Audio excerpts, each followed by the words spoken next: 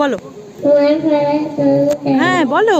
কোদাই করা কলসি আরি গাড়ি চালায় বংশী বদন শঙ্কে জেলায় ভাগনা মদন হাত বসেছে শুক্রবারে মুক্তিগঞ্জে পদ্মা পারে জিনিসপত্র জুটে এনে গ্রামের মানুষ বেচে কেনে উচ্ছে বেগুন পটল মূলো বেতের গোনা ধামাকুলো সর্ষে ছোলা ময়দা আটা শীতের ব্যাপার নকশা কাটা ঝাঁঝরি করা বেরি হাতা স থেকে সস্তা ছাতা কলসি ভরা এখো ঘুরে মাছি যত বেলায় উড়ে খড়ের আঁকিস নৌকোবে